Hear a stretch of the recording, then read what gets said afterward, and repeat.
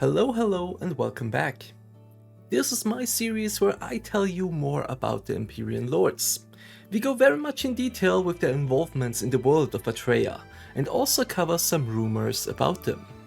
Today we cover an Empyrean Lord that is actually very well known, the butterfly-flinging Lord of Illusion, Lord Kaisinel.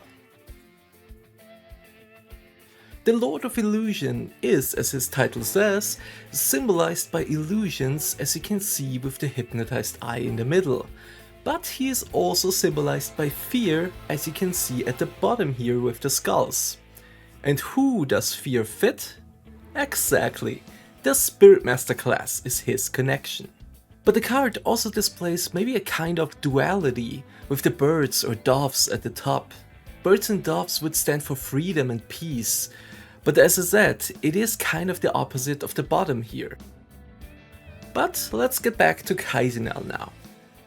He seems very gloomy and distant, but that changes very fast when a battle begins. Maybe he was different before the Cataclysm, but afterwards he was always eager to charge in the battles first.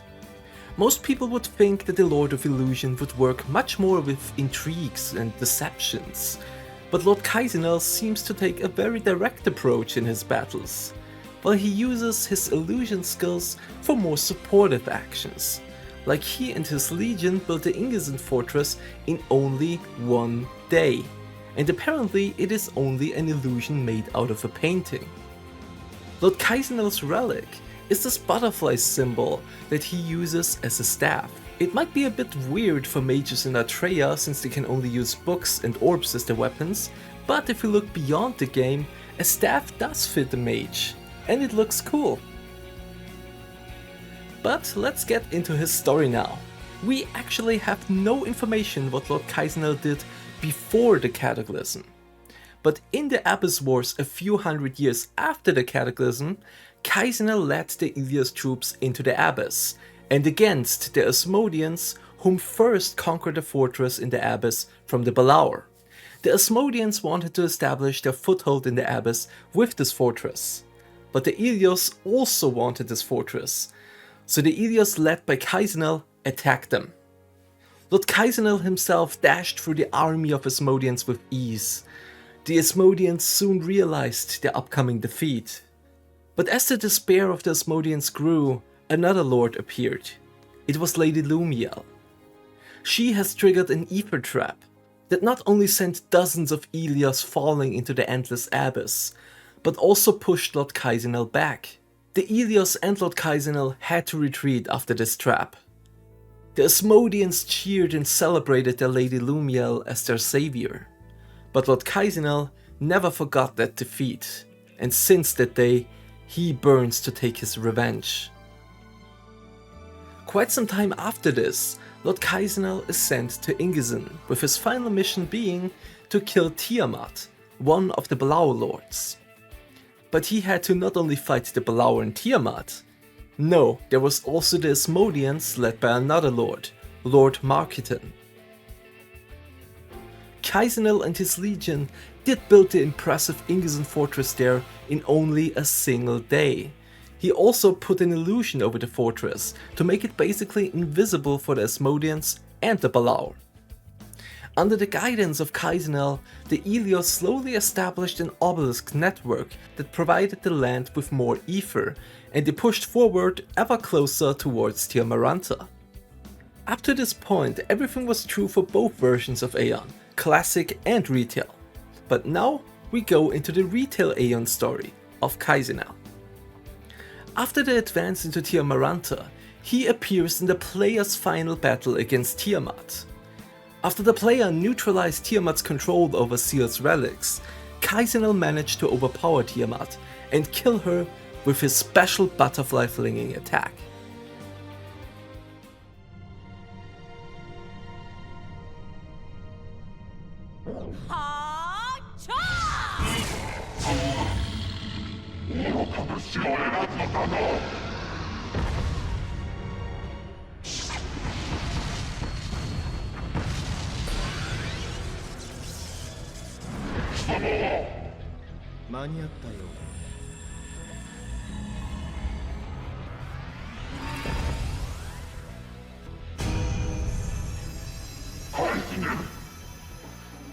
相変わらず醜い姿だ、ティア。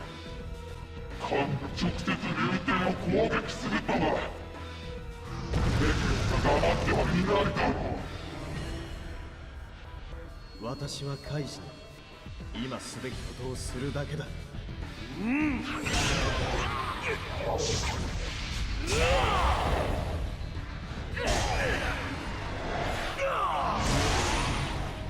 覚悟しろ。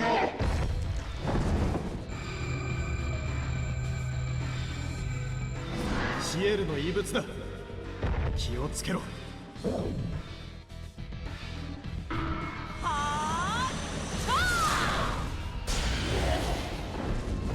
意の力だと。切り札は出尽くしたようだな。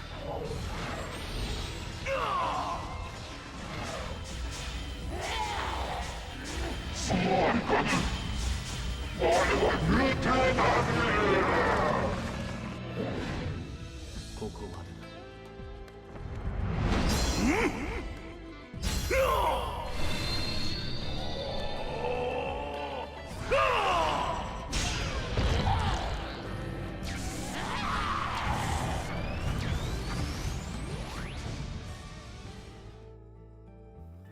After this, Kaisinel's story gets a bit messed up, because the attention is now focused on the newly discovered land of Catalam. The Blau Lord Beritra is here attacking and taking over this land. The player is unconscious of the Nesmodian attack, so Lord Kaisinel has a plan.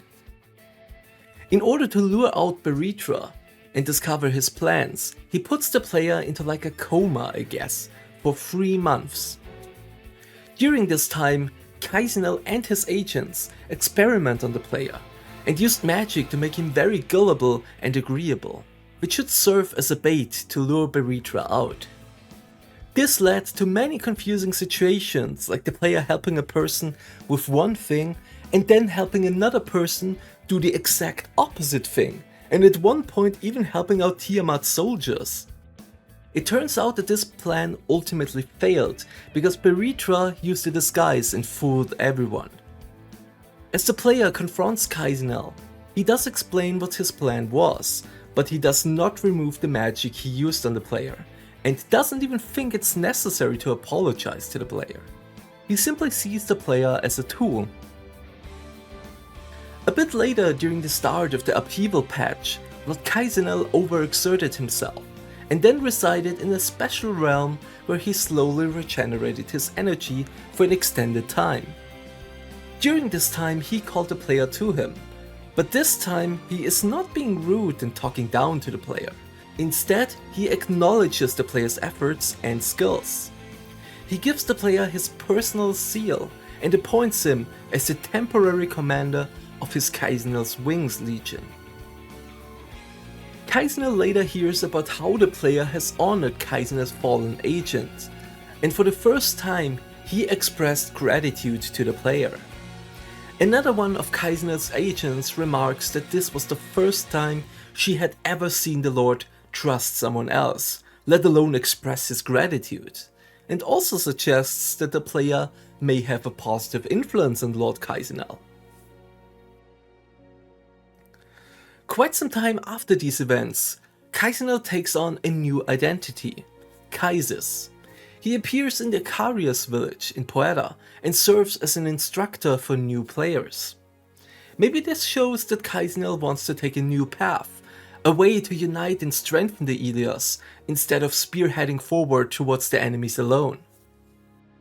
Even many years after that, when the Devas arrive in Absaranta, Kaisinel was the first person to be there to construct a base, but he does not lead the attacks anymore.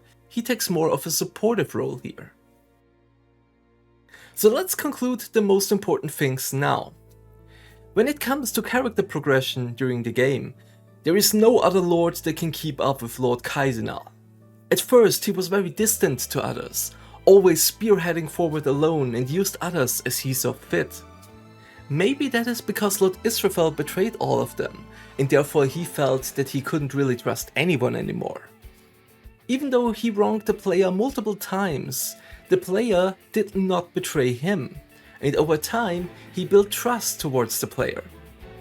In the end, he decided to change not only his attitude, but also his path in how to approach this difficult war against the Balaur.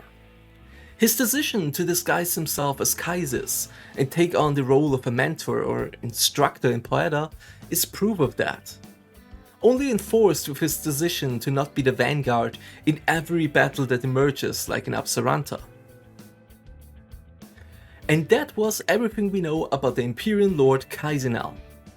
I hope you all enjoyed it, and if you have any more questions, feel free to ask them here in the comments or in our Discord server. In the description you can find the links to the videos of the other Empyrean Lords. Or, if you're watching this very early on, feel free to vote in our Discord server on who we should do next. Have a wonderful day and see you in the next one. Bye!